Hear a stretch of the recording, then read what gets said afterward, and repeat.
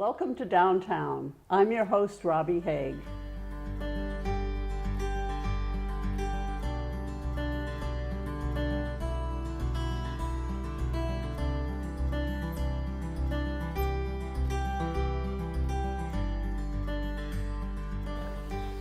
We are at the Greenbrier Nature Center in Sandwich, and I'm talking with Gene Schott, the director.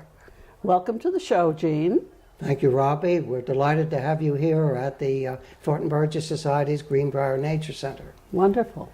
Tell me, what is the Thornton Burgess Society? Well, the Thornton Burgess Society was established as a result of an exhibit that was held in Sandwich in 1974. And that exhibit celebrated the 100th anniversary of the birth of Thornton Burgess here in Sandwich, who became one of the town's really most famous sons as both an author and a naturalist.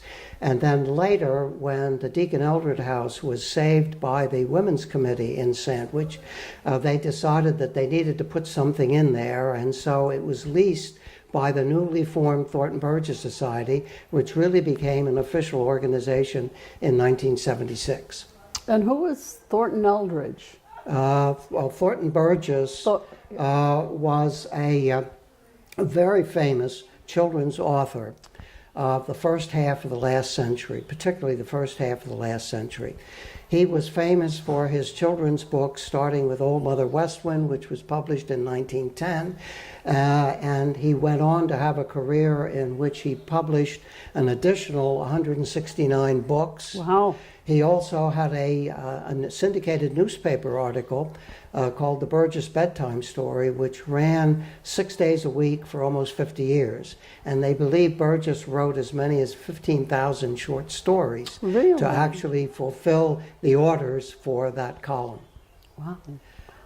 And I'm assuming you have copies of the original books here? We have many of the original books. As a matter of fact, we're in the Thornton Burgess Gallery at the Greenbrier Nature Center. And when people visit, they can look up on a shelf and they can see almost all of the books that Burgess published during the course of his lifetime as an author. It's interesting, he was really famous for children's books. But the first book that he ever wrote was a compilation of articles he had done for Good Housekeeping magazine. Really? Where he started as an office boy in Springfield and worked his way up to one of the editors.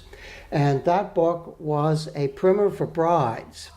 And it was a series of short articles that sort of talked about what brides should do and shouldn't do and mistakes that they made. Now, I always say to people, imagine a man trying to write a book like that today. Really? And what time frame are we talking? When was he doing these writings?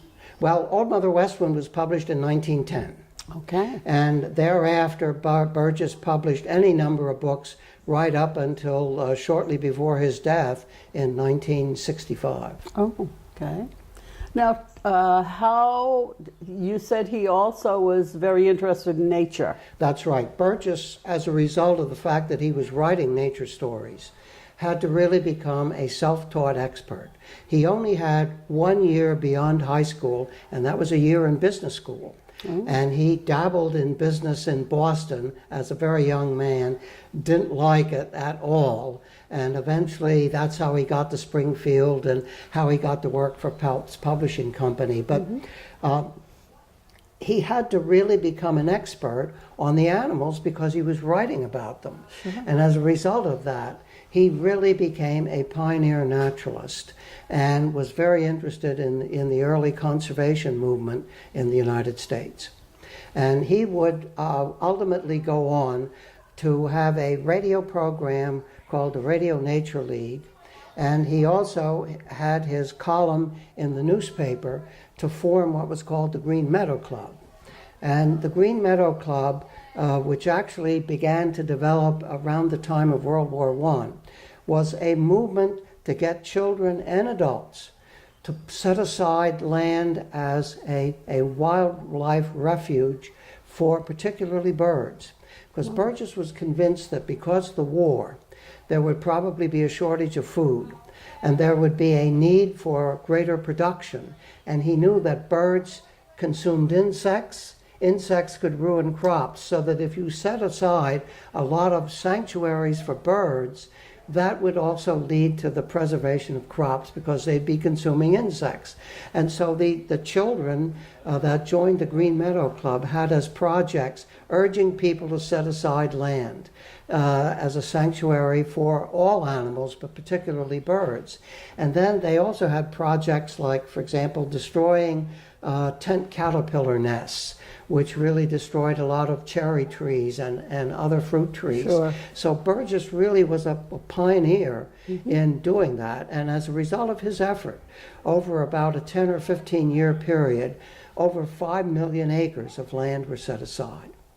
Now, Burgess also became very interested in protecting wildfowl, particularly migratory birds. And some of them were being killed off by market gunners, so that Burgess wrote a book called The Adventures of Poor Mrs. Quack, in which, for children, it described the perils of migratory birds and how hunters were killing them off to get the feathers for bed ticking and ladies' hats and so forth. Wow. And Burgess teamed with a man by the name of Dr. Hornaday, who was the director of the New York Zoological Society, and they actually very frequently lobbied to try to get Congress to pass the Migratory Bird Act and the Migratory Bird Act Treaty. And so you can see Burgess was important not just because he was an author, but also because he was a pioneer naturalist. He went the limit to be an author, didn't he? People today writing a book, I don't think they go to that extent.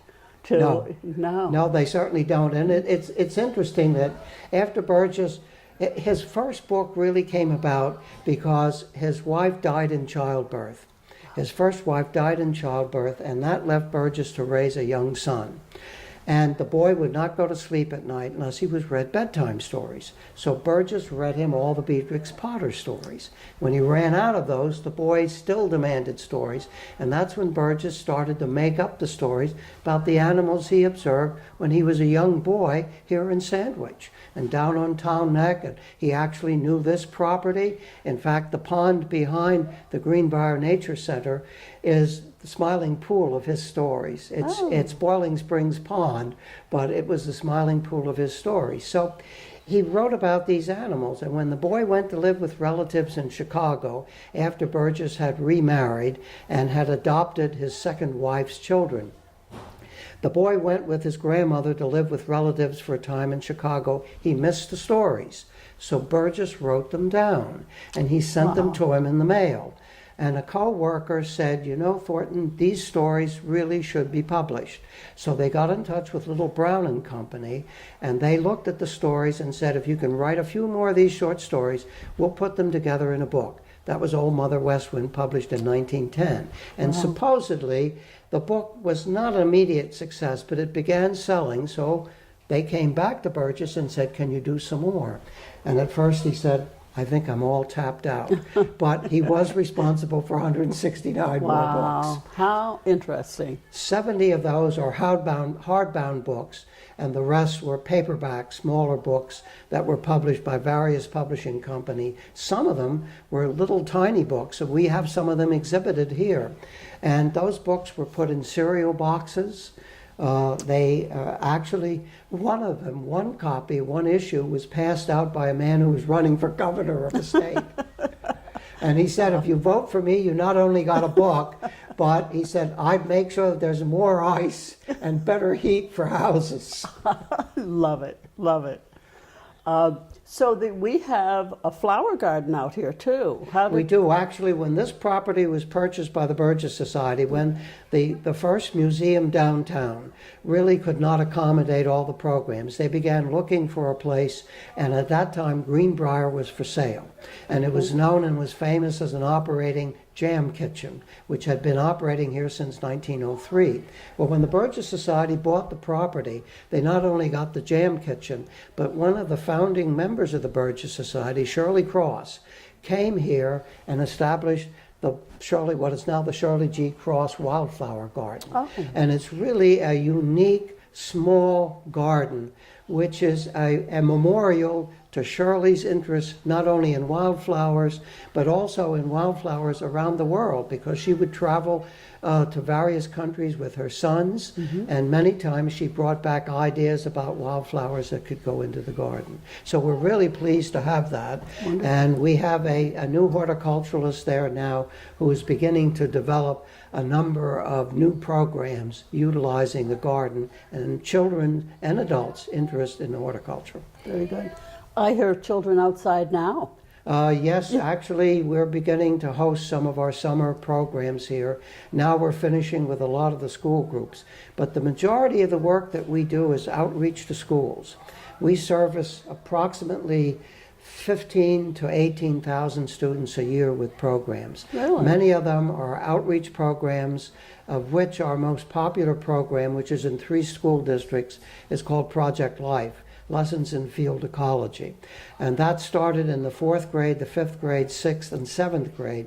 It's now expanded to include some high school students, and it's now going down into the 3rd grade and the 2nd grade as well. Oh, very good. And we get a lot of support from the National Grid Foundation for us to operate that program. We also have a lot of programs in preschools. And we get a lot of support from the Rossner Family Foundation here on the Cape. They're particularly interested in preschool education, and particularly preschool education for less fortunate children. So a lot of our programs are really presented with that in mind. That we have people that cannot afford to pay a tuition will come here for programs with limited charges, and some of them are free. Sounds wonderful. And this is all from writing books. That Children's all books. came as a result of Thornton Burgess becoming a sort of a pre-taught naturalist. But he moved in the circles with very famous people. Dr. Grossman from Bowdoin College was a colleague of Thornton Burgess, and they would go in expeditions. As a matter of fact, Burgess held the last heath hen before heath hens became extinct. Because as part of his research with Dr. Grossman, particularly over on the island of Martha's Vineyard. Oh, really? Yes. Very good. Well, the society did not start here. You said it was in town? That's before? right. It started in town, the Deacon Eldred House. Unfortunately, the property there was leased from the town. It was a small building, could not accommodate all the programs. That's why we moved here.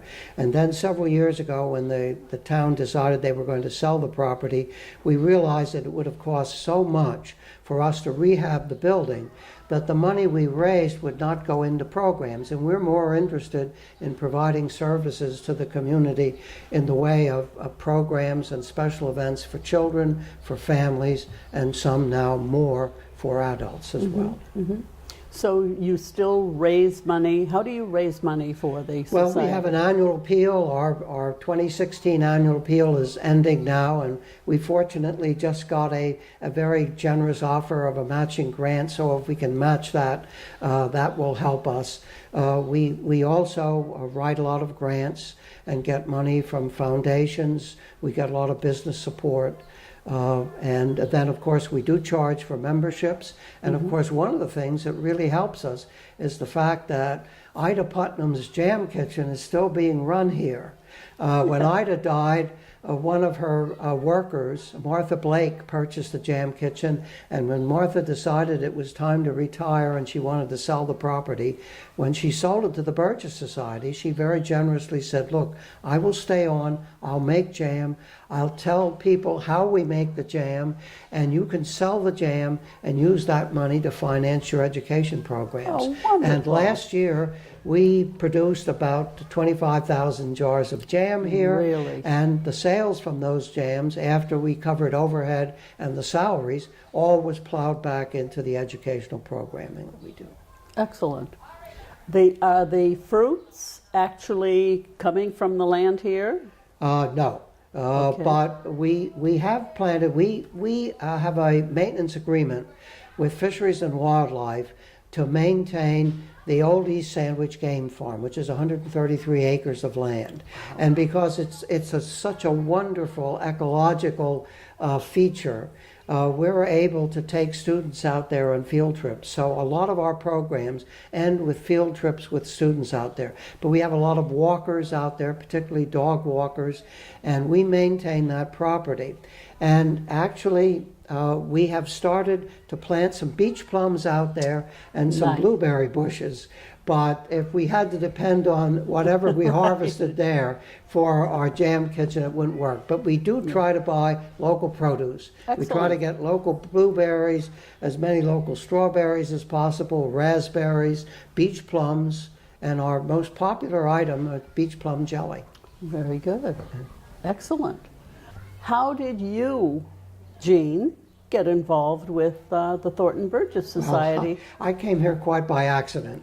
I must say that my background is in history, particularly military history. But Really? when I retired as the director of the Heritage Plantation, then Heritage Plantation, now Heritage Museums and Gardens, I was asked if I would come here and help the Thornton Burgess Society raise money to build a new education building. Okay. They had just gotten a rather extensive contribution as a bequest. They wanted to use some of that money to sort of retool here, and they wanted to build a new building, but they needed a director of development, so they asked if I'd come and help them raise money. I agreed to do it. And when the director left suddenly, because her husband purchased property in Maine, and they were going to start a business as vintners in Maine at Owl's Head, the Board of Trustees came to me and said, well, you were a director of museums before, how about taking over here so we don't have to go through the search process and so forth. And I agreed to do that back in 2007, 2008, and I've been here ever since. But I need to tell you, I'm certainly getting ready to retire. Well, you did that once already and Yes. it didn't work. No, it didn't. It It may not lasted work 2 again. days, as a matter of fact. Really? Very good. Do you have a lot of people visiting here? Do you have any idea? I would say that between our property here and the game farm, we can have as many as 35,000 people visit during the course of the year. A lot of the people that come in the summer either come to our special events that we hold here. We just had an herb festival and a plant sale. We had a strawberry day this past Saturday. We'll have a blueberry day. We'll have a garden tour.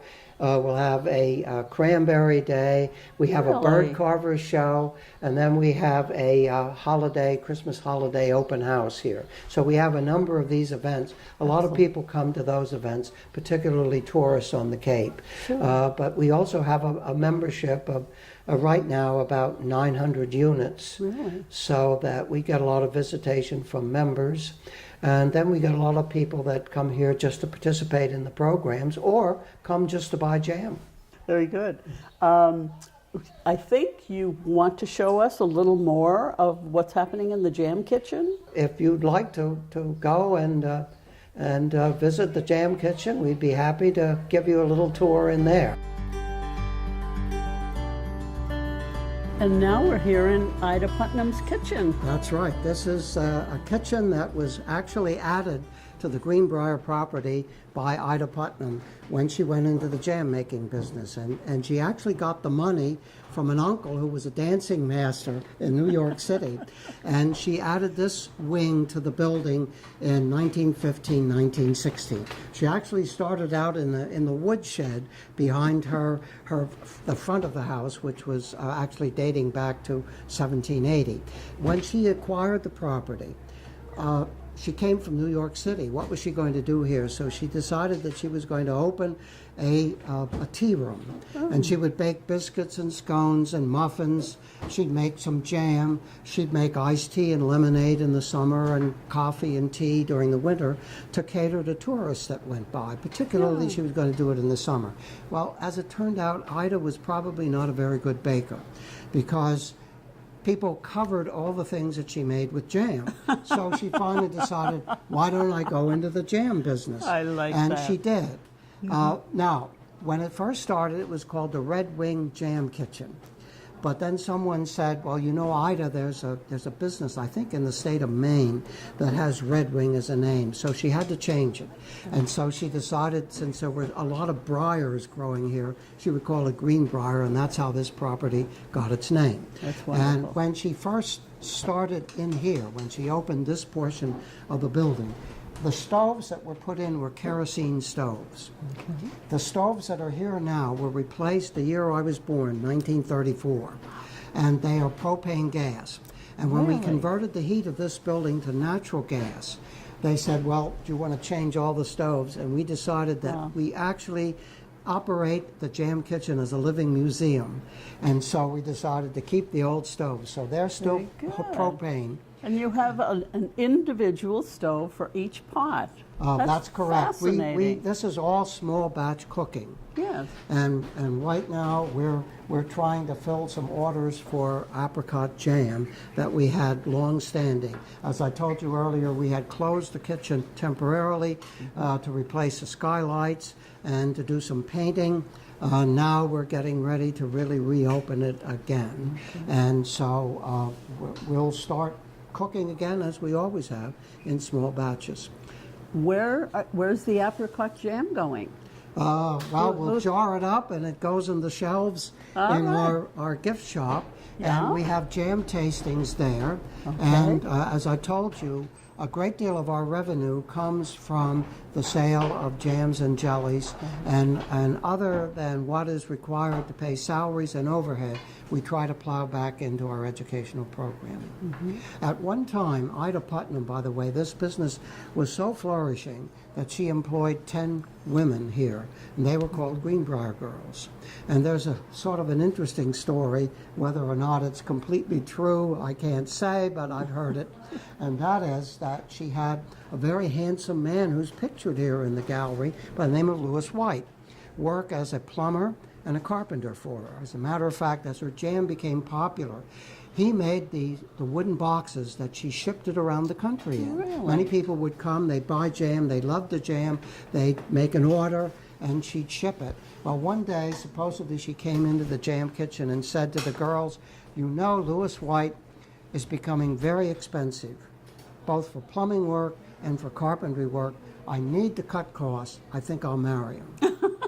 And she did. What a woman. And he outlived her. She predeceased him, and when she died in 1952, he acquired the building and the business. And he didn't know what to do with it. He could not make jam himself. And so he sold it to Martha Blake, who was a woman who worked almost all of her life up until that time, except for a short span during the Depression, in the jam kitchen. And so Martha bought it. She made jam, and when she decided to retire, that's when it was sold to the Thornton Burgess Society in 1979. Well, you said that this gentleman made boxes. Where is the jam shipped to? All around the country. Really? And actually, Thornton Burgess was a customer. And at one time, he wrote a little note to Ida, which we have hanging in the jam kitchen, and then someone did it in needlework, and it hangs out in the entrance area. How nice. And that is that, dear Ida, the world's in the jam and needs sweetening. Now, I would say more than ever, that's a true statement Isn't today. that the truth? Maybe we ought to send some bottled jam to key people who are on TV at this time. I think we should send jam around the world the way it looks. You're right. Very good. This is beautiful. Well, as I said, we try to retain it as a kind of a living history museum, and with a little bit of production along with it. And it's amazing. Several years ago, someone from the New York Times did an article on beach plum jelly, which is an acquired taste for a lot of people. And as that article, I should say, ran in the newspaper, starting in the New York Times, and then it was reprinted in other newspapers, we had orders coming in all across the Really? country as people read that article How about nice. the jam made from beach plums that are picked wild on the beaches here. Love it. And when it's beach plum harvest time, people from all over come in with bags and boxes filled with beach plum. Really? We acquire them, and then they're processed so that you can actually produce the jelly later on. Do you actually have people come in here to see how the jelly is made? Actually, we operate jam classes. Really? So twice a week, on Saturdays and on Wednesday evenings, we have jam classes, and so anyone, our members or anyone in the public, can actually come and take one of those classes. And actually, the class pays for itself, because most of the people who come and learn how to make the particular jam or jelly that's being, particularly jam that's being made at that particular time, could take away as many as 5 to 6 jars of jam, wow, which they made. And they can put their own label on Very it and do nice. anything they wish. So those classes are extremely popular.